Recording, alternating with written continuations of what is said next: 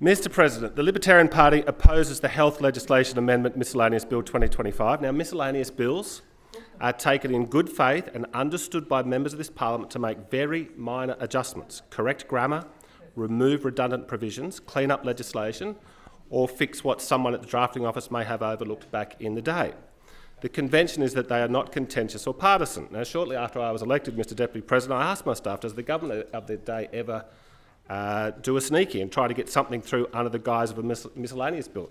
And my staff was adamant. They said no. However, there is a part of this bill that is not miscellaneous.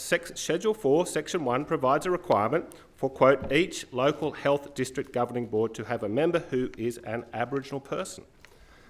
Now, Mr Deputy President, this is DEI, diversity, equity and inclusion. Well, it clearly is. It's hiring people not because of skill but because of some immutable characteristic. Libertarians believe in MEI, merit, excellence and innovation. That's what made Western civilisation great. We are a strictly colourblind party and so we oppose the bill. But can we have some silence here, Mr. President? Thank you. The member will be heard in silence. Thank you. Thank you. You know you're saying something smart when we upset. But the fact this requirement is in the bill and is defined as miscellaneous is disappointing by the Labor government, who I suspect know they're trying to sneak something through that fits their race obsession. Now, maybe I'm wrong. Maybe it didn't occur to them because elements in the Labor Party see the whole world through the destructive prism of race. Now, you know, in March 1901, this country had its first federal election, and there was the the Protectionist Party, there was the Free Trade Party, and those two parties were, after the election, they had a similar number of members of the House of Representatives, and they were vying for who would be government. Who was the kingmaker? The Labor Party was the kingmaker. They came a distant third, but they had the votes. They could decide whether the protectionists would be in power or the free traders. What was the Labor Party obsessed with at the time? They said in their campaign speech in that first election in 1901, they said paramount above everything else is the White Australia policy. That was the foundation of the Labor Party. Now, so they had a choice between the free traders, which were basically the Libertarians of the day, who were dominant in New South Wales. The free traders were very sort of relaxed about the White Australia policy. Some of them went along with it, some of them spoke against it. Bruce Smith, the member for Wentworth.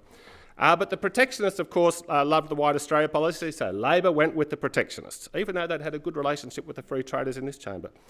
And so my point is that the parties on the left have always been obsessed with race. Now, it switched in the 1960s. They went from being pro-racism to anti-racism, but they still see the whole world through racism. A similar thing happened in the United States. Who was the Confederacy? Who was Jim Crow laws? Who was the KKK? The Democrats. And who liberated the slaves? The Republican Party.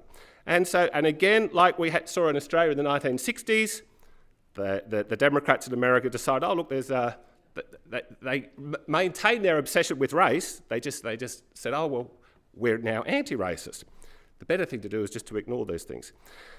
At the heart of identity politics is racism, because some on the left think that if you include an Aboriginal person on the board, you've ticked a box and you've done something that appears progressive. But Aboriginal individuals are individuals who just happen to have some Aboriginal ancestry. The family tree of anyone is merely incidental interest to them and to their close friends. It should have no bearing on job applications. I think, Acting President, it harms people when they get a job because of their family tree. The other issue here, of course, is that cannot go unmentioned, is that of fraudulent claims of individuals who try to pass themselves off as Aboriginals but are not. There's the case of Neil Evers, who performs Welcome to Countries at NRL games because he claims to be a fifth-generation Indigenous Australian, but he's yet to prove it. Then, of course, there's Mr Bruce Pascoe. Madam Acting President, I'm happy to fund a DNA test via Ancestry.com or 23andMe for both Mr Evers and Mr Pascoe so we can remove the doubt.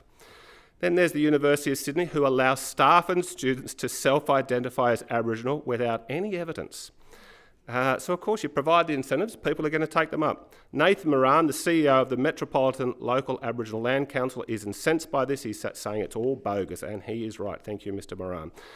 So there you have it. DEI is going out of fashion around the world, and I oppose the bill.